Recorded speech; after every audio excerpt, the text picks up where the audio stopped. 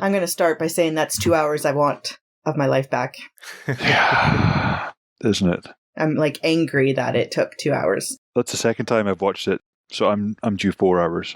You've watched it twice? Yeah, I watched it once when it came out, and then this time just because I'm a masochist. Welcome to Screens of the Stone Age, the podcast where scientists review movies about prehistoric people. My name is Josh Lindell. I'm a PhD student who studies Neanderthal teeth, and I'm here with my co-hosts. I'm Dr. Kim Plomp. I study human skeletons and archaeological record, health and disease, and human evolution. And I'm Dr. Ross Barnett, who studies ancient DNA and Pleistocene megafauna. And today we're reviewing the movie 12,000 BP. No, excuse me, 10,000 BC from the year 2008. Do we want to talk about that terminology and get it out of the way right up front here? What's the deal with BC and AD? So BC is before, what I learned is before Christ, and AD is after death. So it's based around the Christian idea of Jesus. I mean, technically AD's Anno Domini, in the year of our Lord. Right, yeah. But it's no less religious. But I grew up in small town Canada, so it's just after death. We don't speak Latin. And then today we try to prefer the terms CE and B.C.E., which stands for Common Era and Before the Common Era, which means the same things, but they just tried to get the Christian bias out of it. Mm-hmm. But I don't use those terms at all because my work is so old that it feels ridiculous to measure from 2,000 years ago, so I assume that you guys don't really use these terms either. No, it depends on what I'm talking about.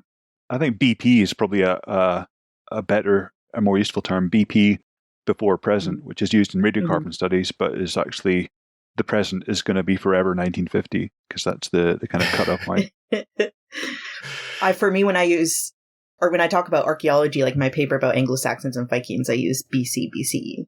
So BP makes a lot more sense to just measure time from where we are right now. But of course, where we are right now is always moving forward. So if we didn't have some standard, then every time we write something down, it's out of date after a year, and then the numbers get confusing. So we arbitrarily, well, not so much arbitrarily, but we measure it from 1950, which is when they started doing radiocarbon dating, I guess. Is that why we measure from 1950? Yeah, there's sort of historical reasons behind it. So partly that's when they started, and unfortunately when they started, they misestimated the half-life of carbon. So that's kind of messed up some of their calculations. So having 1950 as a start point allows those kind of the different half-lives of carbon to be kind of included in the same kind of conversation.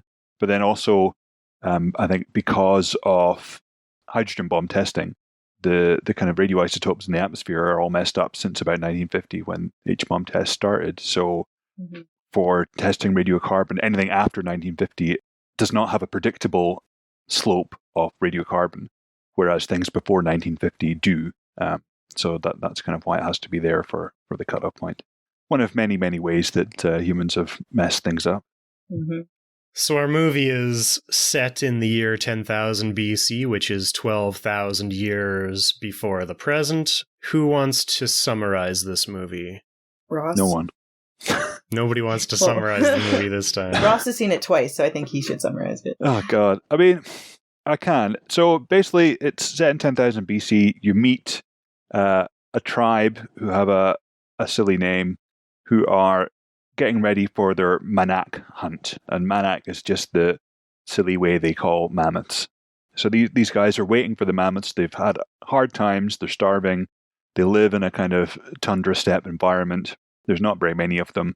And the main characters seem to be Delay, who is a young kid learning to be a hunter, and Evelyn, who is a kind of waif or stray that's been taken in by the tribe, who has blue eyes, which is unlike the rest of the tribe who are kind of brown-eyed. So part of the mammoth hunt, apart from getting food, is it's like a leadership test about who is going to be able to have the white spear, which is the kind of sign of leadership. And Delay is not the favorite. Another character, Karen, seems to be the favorite. Delay is more or less an orphan, I think. His parents are out of the picture. His dad disappeared a while back. Anyway, so they go on a very convoluted and ridiculous mammoth hunt, which involves getting in amongst the herd, causing them to stampede, then tracing them through a valley, and then throwing a net at them. But it goes wrong, and the big bull breaks through the net. But unfortunately, Delay and some of the other people that have been holding it are kind of carried away. They go off on a big kind of Nantucket sleigh ride with a mammoth instead of a whale. But in the end, Delay accidentally kills the mammoth just through luck more than with skill. So that's how that happens. But then he's going to be given the white spear, but he has some kind of second thoughts about it and kind of gives it back. Doesn't think that he's worthy of it because it was just an accident that he killed the mammoth. Then I think some four-legged devils, who are these kind of raiders on horseback, turn up and kidnap the whole tribe, basically. It's including Evelyn, who Delay is madly in love with. These guys ride horses, they have metal swords, they appear from nowhere, and all the tribe basically gets captured and taken away, apart from Delay and Karen and a few other hunters who don't get taken. So it turns into another film, which is basically just like a long journey to try and get back some people who've been stolen. So they follow these guys down from the mountains, the kind of tundra steppe they're in. They go straight through some tropical rainforest, out the other side of the tropical rainforest into some dry desert. And they're following these guys. They have some adventures in the forest. They get chased by what I think are supposed to be forest rakids or terror birds, but they escape from them. And eventually they end up in the desert and they meet some new friends who are a different tribe called the what are they called? The Turuk, I think, or the Tuku or something like that, who it turns out knew Delay's father. They say that they'll help to get back the other members of the tribe. They're about to be taken away on birds with red wings, which is actually their way of saying they're getting taken away on boats. So they turn up too late. The tribe get taken away on boats to another place, which it seems is ancient Egypt. So they trek through the desert, following the stars to get for 8,000 years. Yeah, for a very long time, until they get to the kind of pharaonic Egypt where pyramids are being built with mammoth power, which is a new one. So there's mammoths kind of pulling the sandstone blocks to make the pyramids.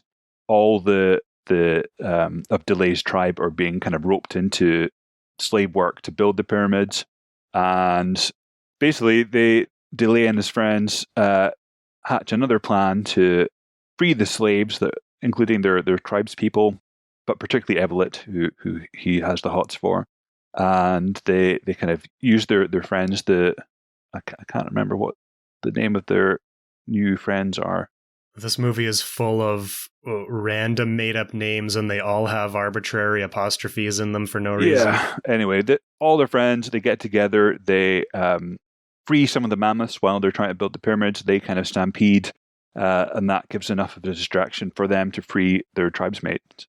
But at that time, Evelyn is kind of taken as a sacrifice, and they kind of barter with her, and Delay has to kind of discuss whether it's worth freeing all his people or saving Evelyn. He decides to save Evelyn, but one of the other tribe decide that that's bullshit, and so he throws a spear at the big bad guy who's in charge of the pyramid and kills him, and then everyone's free and they go off and live happily ever after. And I think that's about it in a nutshell, but I'm sure I missed out a whole bunch of stuff.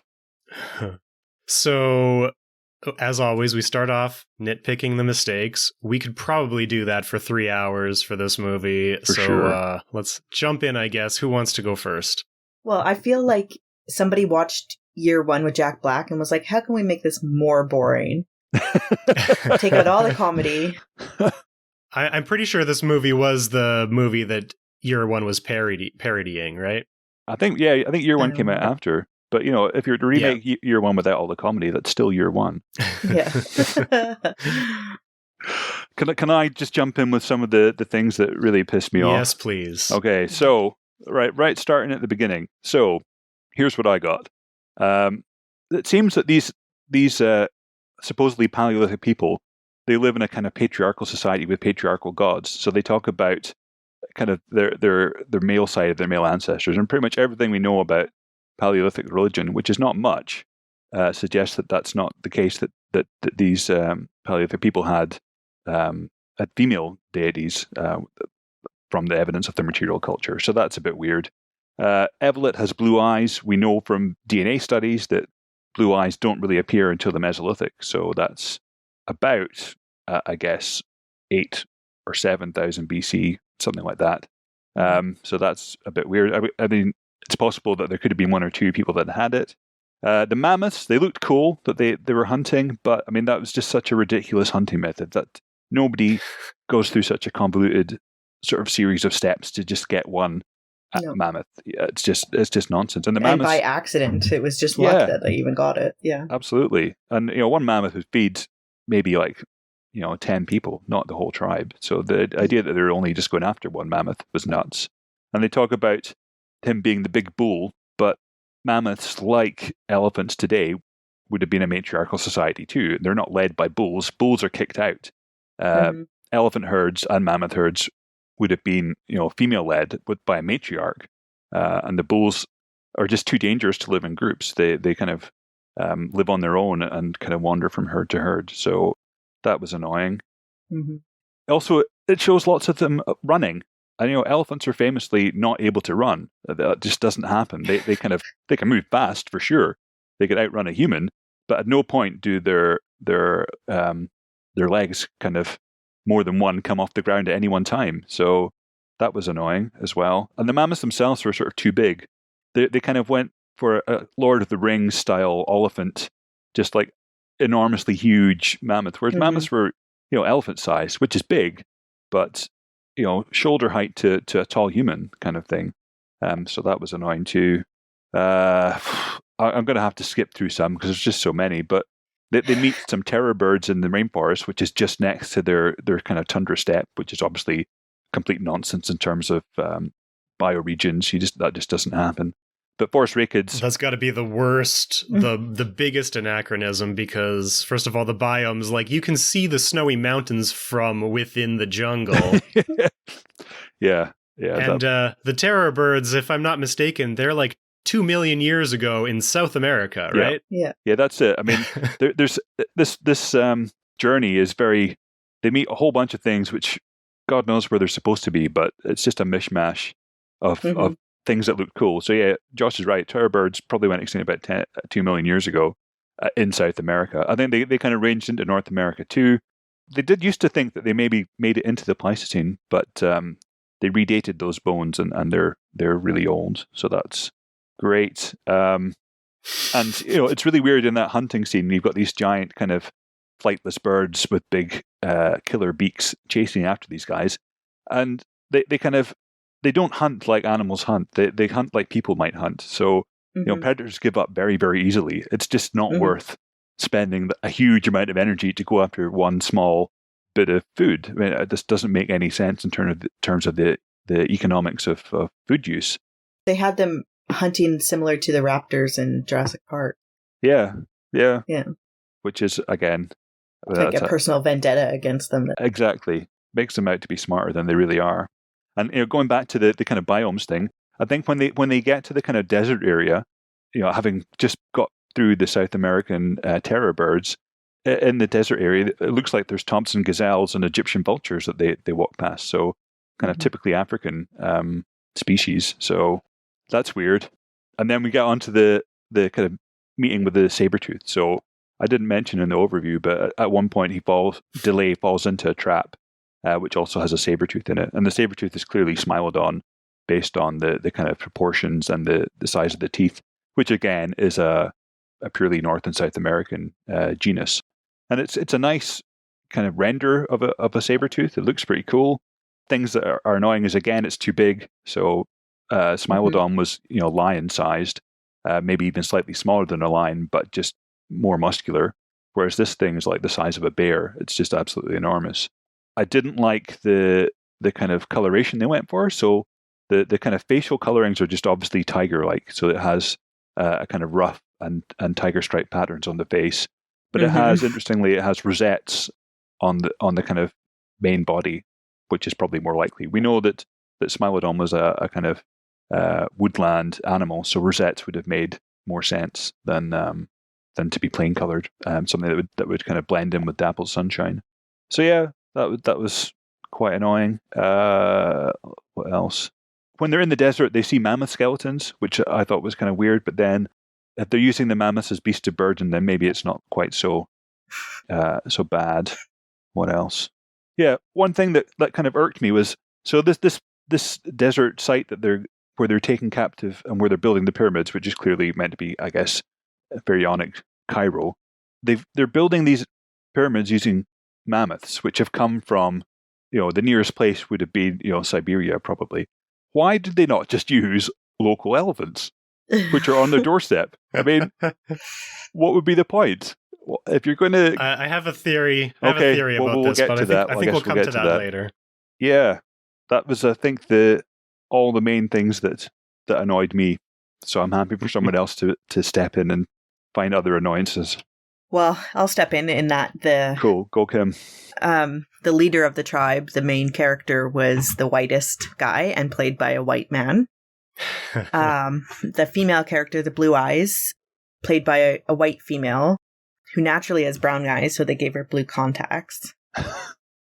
But I did think that, at least they tried to show the kind of morphological diversity that we know there was around at that time. So they had, it looked like Pacific Island actors for some of the characters. They had a kind of East Asian actress as well for the kind of wise woman, and so it wasn't. I mean, yes, it was kind of rubbish that they went for the kind of palest people to be the heroes, but the diversity of the tribe was actually one of the most realistic things in the film, probably. Yes, I agree, but it just kind of irked me that the leader, like the main people, had to be white, and obviously just the mishmash of the timeline of why were they building the pyramids? Why did that have to become part of the movie? I don't understand. Like, it was just, again, like year one, where they just took the entire globe and timeline of human history and just squished it all together so that, it's absolutely ridiculous. There were, as you say in your book, Ross, there were mammoths around at the time the pyramids were built, but they were on that one island way, way far north and would have come into no way in contact with people building the pyramids. The pyramids were built in about 3000 BCE, right? So there's about 7,000 year difference. And then there's just this huge mismatch. So if it was 10,000 years BC, that's right around the time just after the agriculture revolution, Neolithic revolution. So they would have just been starting to farm and domesticate animals. You wouldn't have had this society that they show the bad guys as having. So they've just kind of mushed that all together. Even they had partway at the end there, the bad guy was looking through a telescope, which doesn't come around until late medieval period. Oh my God, I didn't notice that. In Europe. I think the first telescope is like 1649 in the Netherlands. And he's using it to look at Orion, Orion and his belt constellation, which you don't even need a telescope to see. You can see it in the sky. That's the whole point of it. So I don't know. The whole thing just pissed me off. And it just seemed the way that Hollywood always portrays, indigenous cultures and historic societies and stuff. It was just the same old way. It just seemed like they had an opportunity to tell a cool story. And they put tons of money in it. I mean, the costumes, the props, all of it was absolutely gorgeous. I loved how the women of the mammoth hunters had the little rodent vertebrae or cat vertebrae in their hair as trinkets. I love that, and I might try and adopt that style. But they put so much money into it, but they just, again, they did the whole Hollywood thing, whereas instead of just going and being somewhat historically accurate, they went way out of the gates and made it a really boring movie. Whereas if they just did it at least somewhat properly, it could have actually been good, because even then it could have at least been interesting for showing what life would have been like in the Neolithic revolution.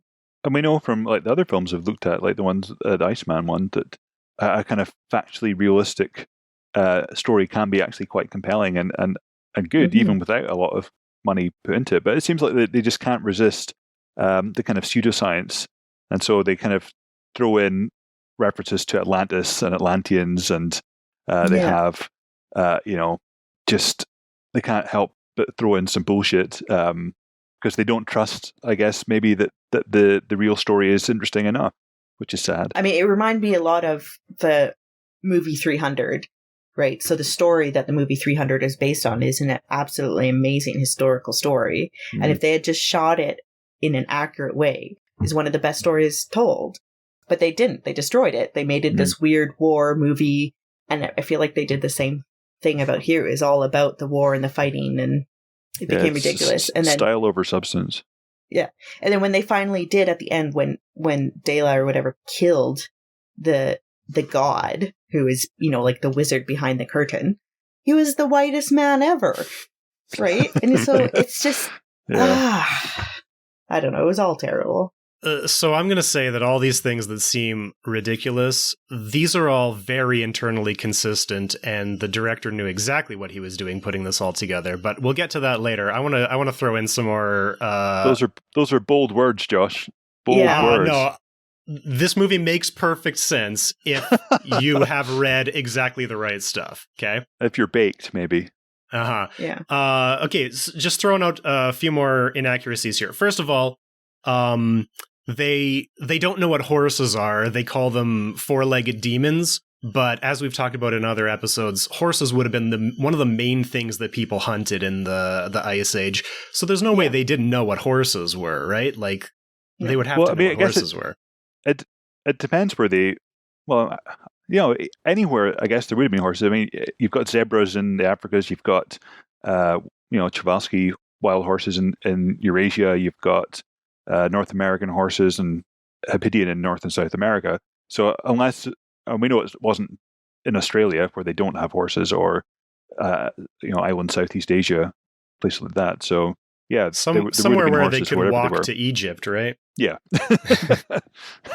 The other thing is that these people are riding domesticated horses. Horses weren't domesticated until about 3000 BC, I think, right?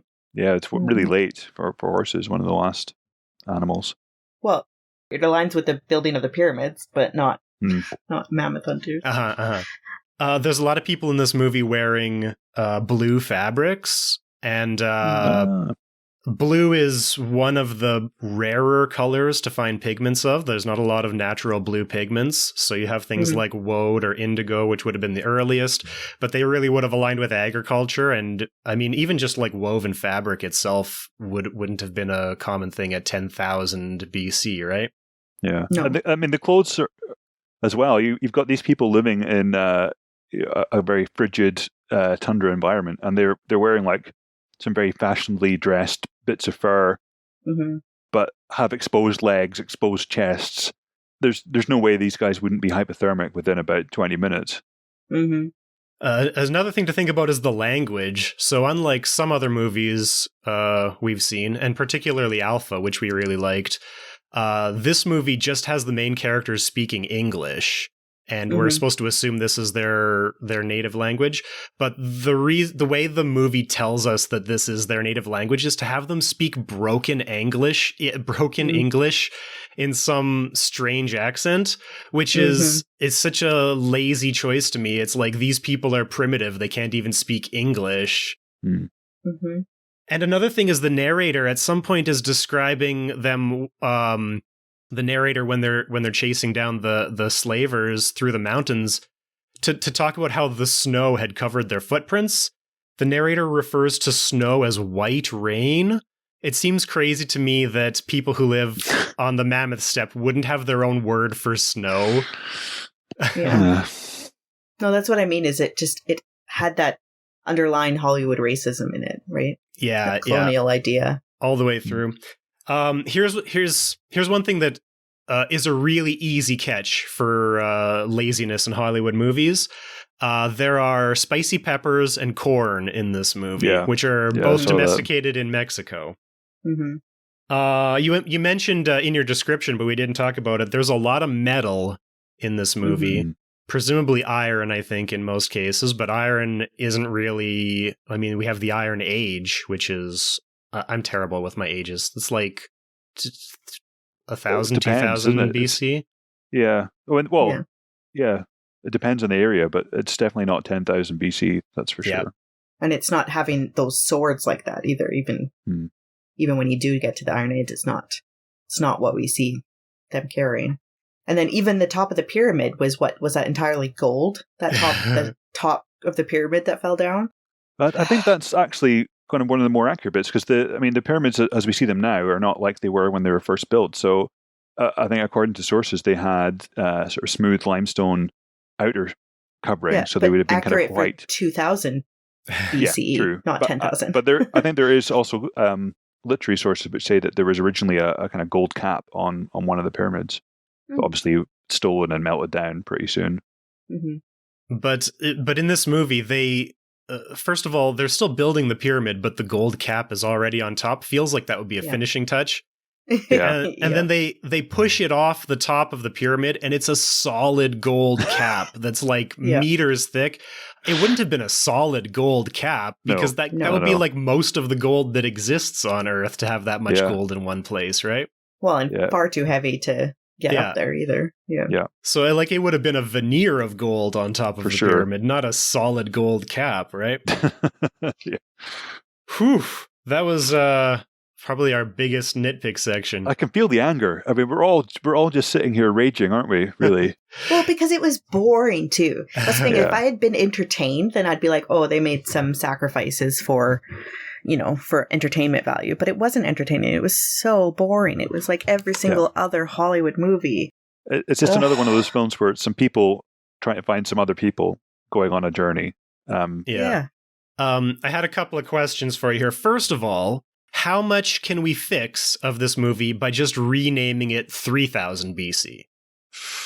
Well, but then you still have the mammoths helping build the pyramids, and then you still have the mammoth hunt. Like the mammoth hunter themselves don't fit in with 3000 BC, right? And you don't have saber-tooths or they're squishing birds. Everything together.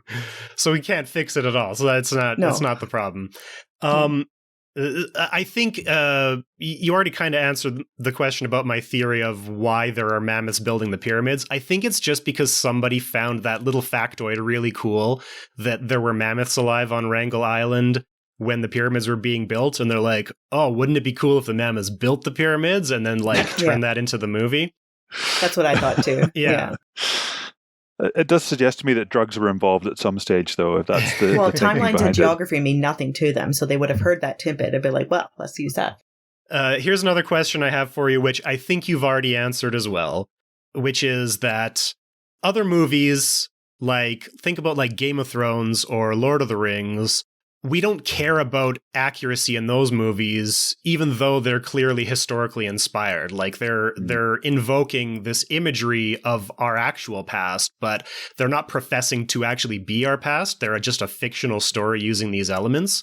But so they're fantasy, right? Yeah. Like, so if it's marketed as fantasy. If we judged this movie as a fantasy, then none of this matters if it's not accurate. But would that make the movie any better? I think it might. Well, to us, probably it would make it slightly better. I mean, if they sort of set it up as a kind of alternate reality, like maybe somewhere where the megafauna never went extinct, then that would kind of get out of a lot of their problems. So then you have, why not have mammoths in somewhere close to Egypt and saber-tooths? But then they wouldn't call it 10,000 BC. They should call it the land of messed up timelines. Right?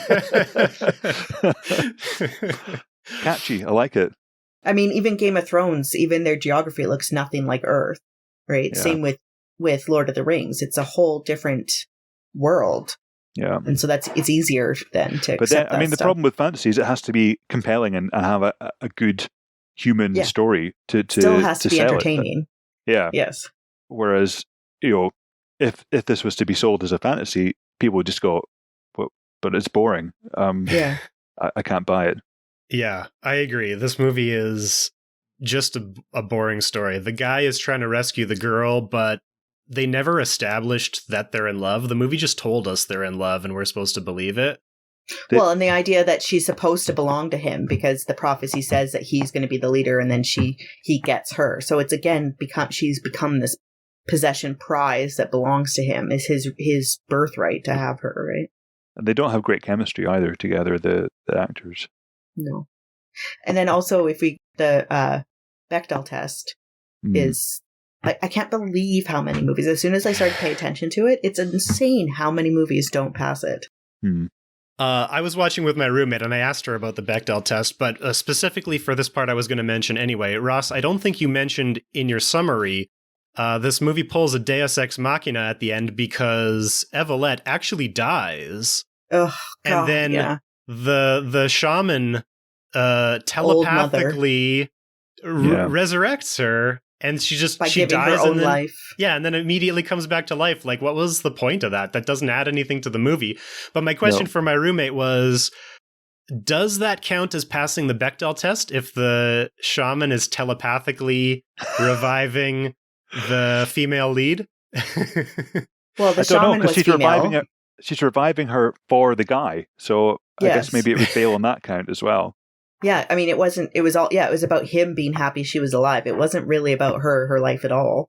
No. It was that he did all of this and he still doesn't get his prize. Yeah. Because she died. And so what was the point? And then she came back alive. So now he does get his prize. So now everything's kosher. Everything's back to normal. Everything's wonderful.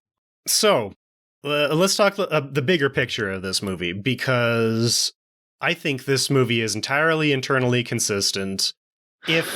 If you understand what the director and writer was going for, which I'm assuming this is what he was going for.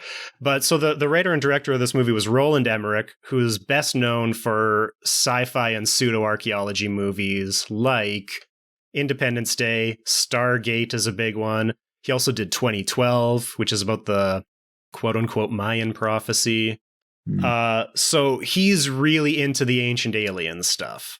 And that's where the logic behind this movie starts to come into play. So Stargate was obviously based on Eric von Daniken's book, Chariots of the Gods, which is also the basis for the modern show Ancient Aliens, which says that aliens came to Earth and created all of human accomplishment before Europeans started making stuff.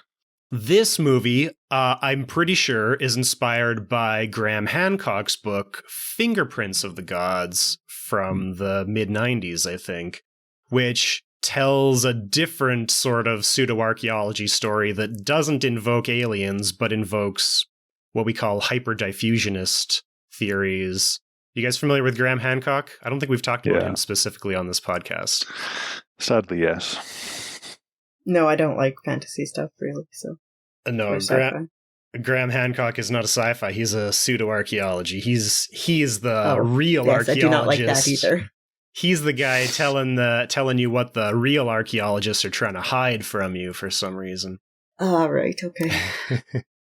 So this stuff goes back to at least the 1800s. In my course on archaeology and pop culture, I start with a book by Ignatius Donnelly called, I think it's called Atlantis, the Antediluvian World, or something like this. You guys familiar with that one? No.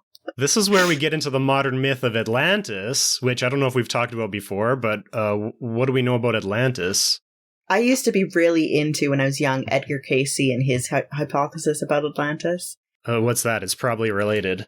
Well, so Edgar Cayce was a prophet in the early 20th century, and he used to go to sleep into these trances, and he'd be able to diagnose people, their illnesses. He didn't have to be even near them. You are suffering from too much money. Yes. I can help. And so there's a lot of books, written by him, mostly his sons and stuff, about what he used to do. And I used to be really quite into this. When you're young and you're learning what is science, what pseudoscience and stuff, right? So a lot of it was really compelling, and I was totally believed it. And so he describes where Atlantis is and what happened to Atlantis and what Atlantis was like when he's in these trances. And it's wonderful. But that's all I know about Atlantis. Well, yeah, I mean, similar to Kim, when I was a kid, I kind of read and loved the kind of von Daniken and Charles Berlitz's Bermuda Triangle, all that kind of sort of pseudo archaeology, pseudoscience stuff. Fantastic, yeah. And you kind of grow out of it, hopefully. But Atlantis talked about by Herodotus, I think. It's Plato. Plato, okay, Plato. Is it Plato? As somewhere beyond the Pillars of Hercules, and it sunk, and there was it's basically like an earlier reworking of the story of Sodom and Gomorrah. Basically, they kind of pissed off the gods. The gods destroyed where they lived, and they had to find somewhere else. That kind of thing. Yeah. See, Edgar Casey, he doesn't take quite as much of that stance as much as that it was a very cosmopolitan, technologically advanced city, and it was very beautiful with gold and everything.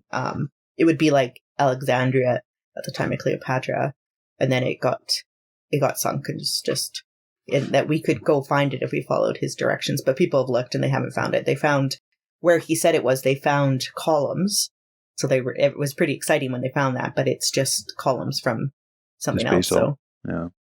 So this is very interesting because I was never interested in Atlantis. It was just a boring story to me until I started looking into it because I've been teaching about pseudo-archaeology and things like this. The crazy thing about Atlantis is that it never existed, and no serious archaeologists who study these time periods actually believe it existed. So anybody who's actually looking for Atlantis is a crank. And we know this because the first person to ever write about Atlantis was Plato. And if you've ever read Plato, he writes in a very strange style called the Socratic dialectic, which is all of his writing is basically a conversation between Socrates, who was his mentor, and, two or three other people. So it's all written in a dialogue. And so in one of his books, Timaeus and Critias, which I think are two different books, he talks about Atlantis and he tells this myth. And somebody is telling Socrates the story of Atlantis, which he heard from somebody in Egypt or something like this, right? And so it's spoken about as if it's a real place, but it's in a fictional dialogue between fictional characters. And the story is clearly meant to be an allegory about hubris, because the Atlanteans were this perfect race who was basically waging war all across Europe and just dominating everybody. And then Athens teamed up with all of its neighbors and tried to hold it off. And one by one, the neighbors fell, but Athens was the only one who could do anything. And then in the end, the gods sunk Atlantis under the ocean because they were too arrogant, because they're like too proud of how great they were, and the gods didn't like that. So it's just a lesson about not being arrogant. Like you say, the same as the similar to the story of Sodom and Gomorrah, right? Yeah. And there's no evidence that it ever existed, and there's no reason to believe that we could ever find evidence that it ever existed, because it was entirely written as an allegory right from the start. But our modern stories about Atlantis really start with this book by Ignatius Donnelly. I believe he was from Minnesota. In like the 1880s, he wrote this book, where he basically said it was a real place and outlined what he thought was the evidence that it was a real place. And it wasn't good evidence, because nothing that anybody wrote in the 1880s was, had good evidence, right? But everything builds on top of that until we get to Eric von Daniken in the 1960s and then Graham Hancock in the 1990s. And where this connects with pseudo-archaeology is we have this idea we call it hyperdiffusionism, where an idea originates in one place and then spreads through migration or cultural exchange around the world. And of course, archaeological cultures do diffuse like this, and we can find evidence of trade networks and things like that. But when these get taken to the extreme, where we say there was one original culture that was the origin of every culture around the world, that's where it starts to get into racist territory, because this is basically what the Nazis were looking for as well. And so in today's mythology, we have this conflation of the Aryans and the Atlanteans, and sometimes Lemuria gets tied into this, which is another sunken continent in the Indian Ocean, which also never existed. There's also a continent of Mu, I think. Do you know anything about that one? I've seen books. I can't remember the author, but it's the same. Lemuria and Mu are from the same guy who is quite prolific. I can't mind what his name is. But he was also into Hollow Earth and all these other kind of crank ideas as well. Anyway, so because we know Roland Emmerich was into von Daniken and he wrote Stargate based on that, and he was into the 2012 Mayan prophecy because he wrote 2012, it's pretty clear to me that this movie is based on this hyperdiffusionist theory of Graham Hancock, which posits that Atlantis really existed 12,000 years ago and it sunk, and that it was a technologically advanced race of people who spawned the Egyptians and the Phoenicians and the Mesoamerican and South American cultures and, all of the Mesopotamian cultures, and that they can all trace their origins culturally to this Atlantean culture, which is nonsense. But we can see this spelled out in the movie itself, because when they first hear about this great civilization that they're going towards, where the slavers took their people to, the people who they've met up with say that they're not sure where they came from. But there's rumors that they came from the stars, and there's rumors that they came from, I don't think they say Pillars of Hercules, but they say the wording implies exactly that. So we should say the Pillars of Hercules is the Strait of Gibraltar. I don't know if we said that, right? And so they're very clearly saying that these people either are aliens or they came from Atlantis, or possibly both. Because it's not, it has been, of course, connected that maybe the Atlanteans were aliens as well, right? And we can actually see more evidence of this, because when Evelette, when they find her scar, which is in the shape of Orion, which I guess also ties into this, we should talk about that as well. They take her to see the God King or whatever. There's a map on the table, and it's a map of Europe and Africa. Also South America, the South American coast is clearly visible on it as well, which nobody would have known about in 10,000 BC. But right in the middle of it, there's a small island just off the shores of northwestern Africa, which is clearly meant to be Atlantis. Oh, wow, I did not notice that. Yeah, he's spelling this out clearly in this movie. He's saying that these people are the Atlanteans, and maybe they also came from space. So when we put all this together, it's so clear this movie is totally internally consistent, except for the mammoths. He added that just because he thought it was cool. And the saber-tooths, and the terror birds, and the biomes. Yeah, but apart from that. There's more to this too. Orion plays a big role in this, and you guys know the three pyramids of Giza, the Great Pyramids.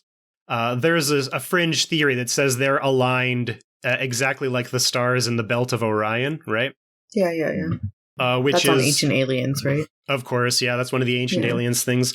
Another thing is that the Sphinx is supposed to correspond to the constellation Leo. So you have the constellation Orion in the pyramids and the constellation Leo in the Sphinx aligned on Earth exactly as they would have been in the sky. So they're making a map of the stars on the ground.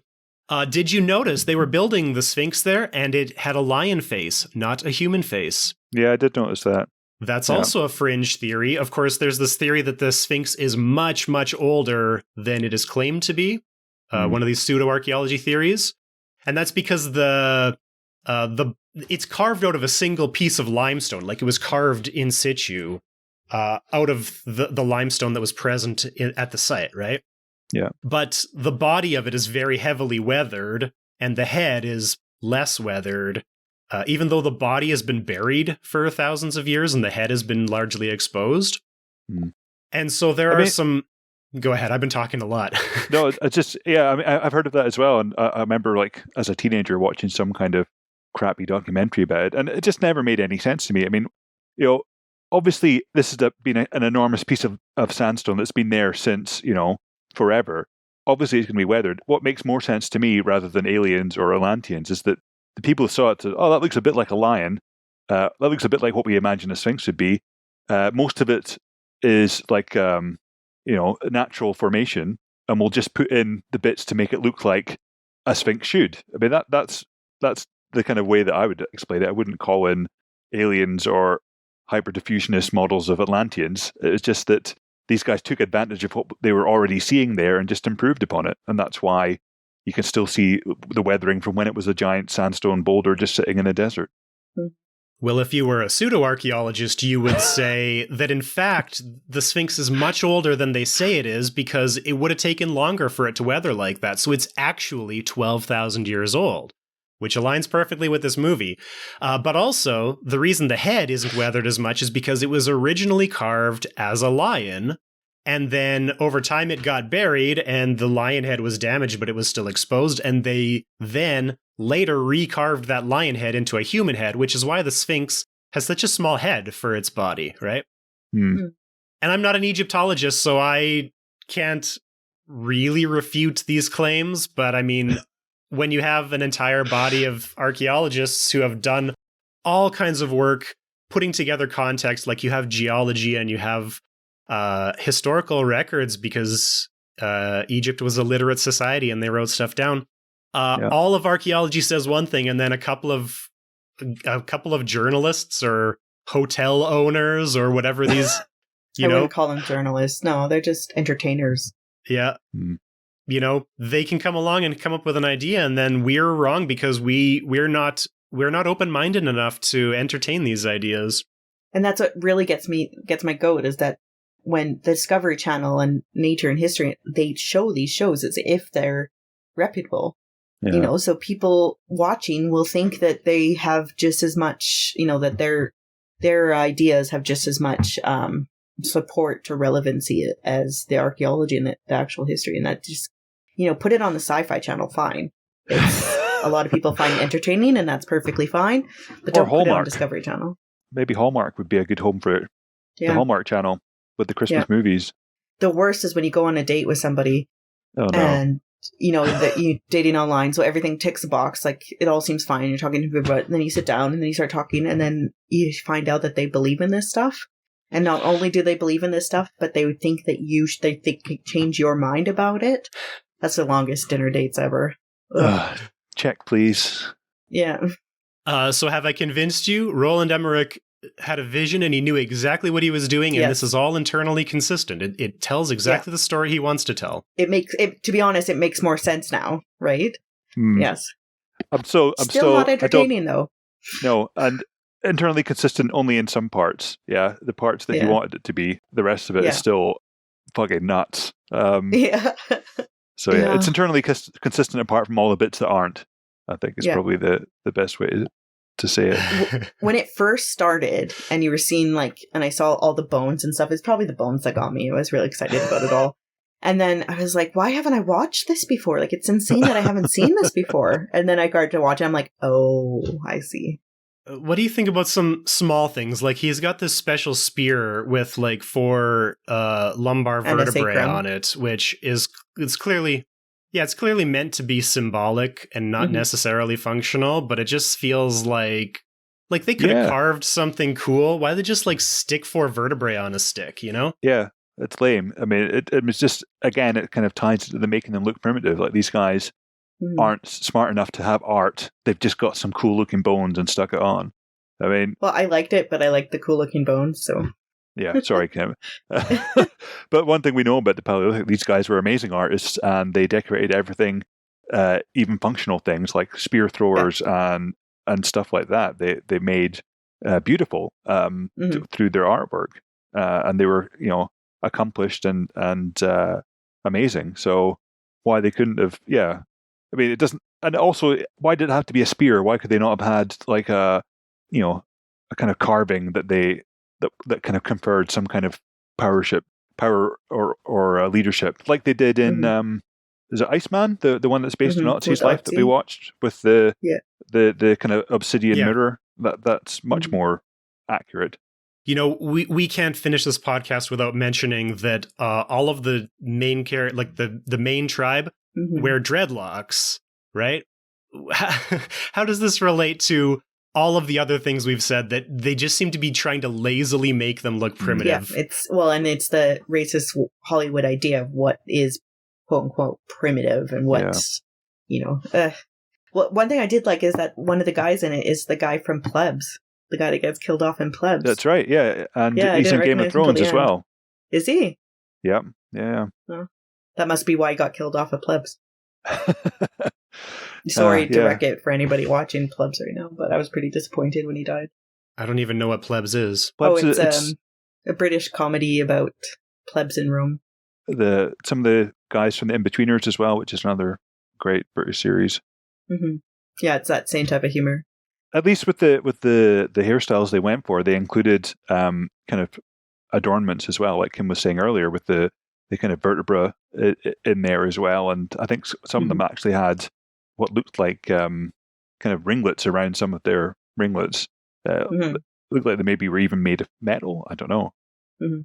And they weren't overly dirty, which is nice. Like some of them where they just have like caked on mud and everything.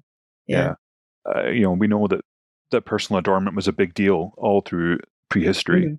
But it all ties in. I mean, the hair being kind of just, dreadlocks take a lot of work as well. But they're not without their own kind of problems in terms of upkeep.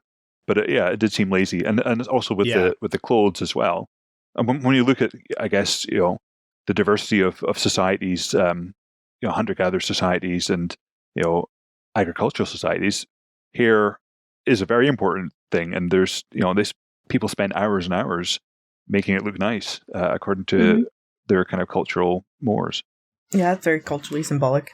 Yeah, socially symbolic. They did meet a lot of different tribes in their travels, and every one of them seemed to have its own distinct style of dress and hair. So, I mean, it makes sense that the main tribe would also have their own distinct hairstyle to distinguish them from everybody else, but it just felt like all these other tribes were agricultural. So why are the Stone Age ones the ones with the dreads, Yeah. Yeah. Yeah, it was a problematic movie that wasn't entertaining enough to be to be able to shrug off the problematic part. And it didn't say anything either. I mean... No, it didn't say anything. No. So any listeners that were debating about watching it or not, we can say don't. Watch your one instead. Don't tell them that. Watch Encino Man instead. Yeah, watch Encino Man. So anything else? It's hard because there's not really good things to talk about. Like usually we go over the bad things and then we talk about what we enjoyed about it, but no, there's nothing good. I got nothing. It's like William, right? Like, ugh, it was just bad. Bad and lazy and... William wasn't as bad as this. No, I really didn't like William. One thing that kind of... I mean, we talked about how lazy it has been throughout, but there was one bit which kind of made me laugh a bit, which is where I think it's they're wanting to... they want to go through the desert to get to where the boats are sailing to, this kind of 10,000 BC Cairo.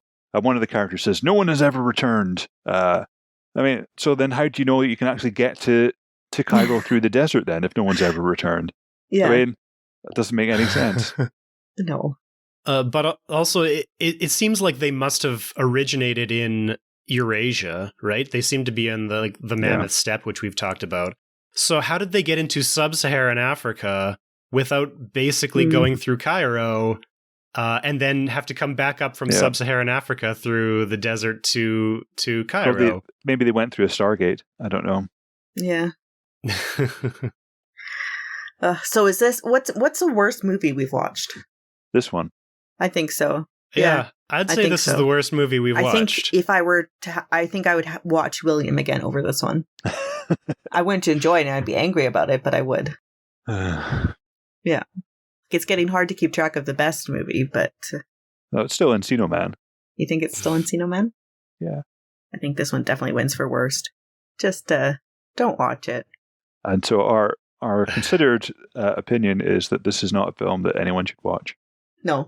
And it's kind of so bad and so lazy and so stereotypically Hollywood bad, racist, whatever, that I think people should just not watch it out of, protest. Yeah. It's not even something to watch for entertainment value. It's just bad. Let's start teaching them a lesson. No, we don't want this stuff anymore. It never veers into so bad it's good territory. It's just so bad it's terrible. Yeah. Yeah. Plus, for me, knowing that it's based on these pseudo-archaeological hyperdiffusionist theories, which are always founded on racism when you dig deep enough, that makes it really hard for me to watch things like this. Yeah, because it's almost like I was watching it thinking that the people making it were just ignorant, but now that they know that they have this, that they're actually trying to... That's worse. Yeah, that they have what am I trying to say? An agenda, yeah, that they're trying to get their thing out. It makes it worse because it's not even just ignorant. I don't want to say that I don't right? want to say that Roland Emmerich is malicious and racist, because we are absolutely not saying that on this podcast. But what I'm saying is a lot of people get sucked into these pseudo-archaeological ideas like ancient aliens without realizing how racist the foundations of them are, you know? Yeah. Like, I used to love watching Ancient Aliens without realizing how, like, what a blatant racist Eric Von Daniken is. Like, if you ever read any of his stuff, he's very blatantly racist. And of course, Ancient Aliens isn't explicitly racist in what they say. But I mean, that's the most malicious racism, is when it's insidious. It's insidious. It's not malicious, but it's insidious because it's hidden and you don't even realize that you're consuming something racist. So I don't know about Roland Emmerich. I'm willing to assume that he's just like everybody else, is like, that's a cool idea. Mammoths building the pyramids, Atlantis founding ancient Egypt, that's cool stuff, without realizing that it's racist when you dig deep enough into it. So sure, I'm willing but the to casting was pretty. The I did like casting Independence Day. bad, yeah. I love Independence Day. Maybe that's giving it too much credit, because, you know, in the film, you've got the whole idea that these Atlanteans came over and built the pyramids. And there's no way that the local population could do it. And who do they have portraying the Atlanteans? A white guy. Yeah. Yeah, so I don't know. When I went to South Africa, when I was in Johannesburg for data collection, I stayed at this crazy hotel. I absolutely loved it. It was one of those hotels that every room has a theme. So there's like the Roman room and the Grecian room, and it was amazing. And you could tell that so much love went into it decades ago. And then stopped, right? Because it was all just, it hadn't been kept up and kept nice, but it was very cool. It was like walking into like Twilight Zone weirdness. And the bar there was like 1950s style. It was crazy. And I met the guy who owned it. And what it was is, it was exactly that. It was his father's dream. And his father traveled the world and collected everything for the rooms and put them all together. And it was his passion.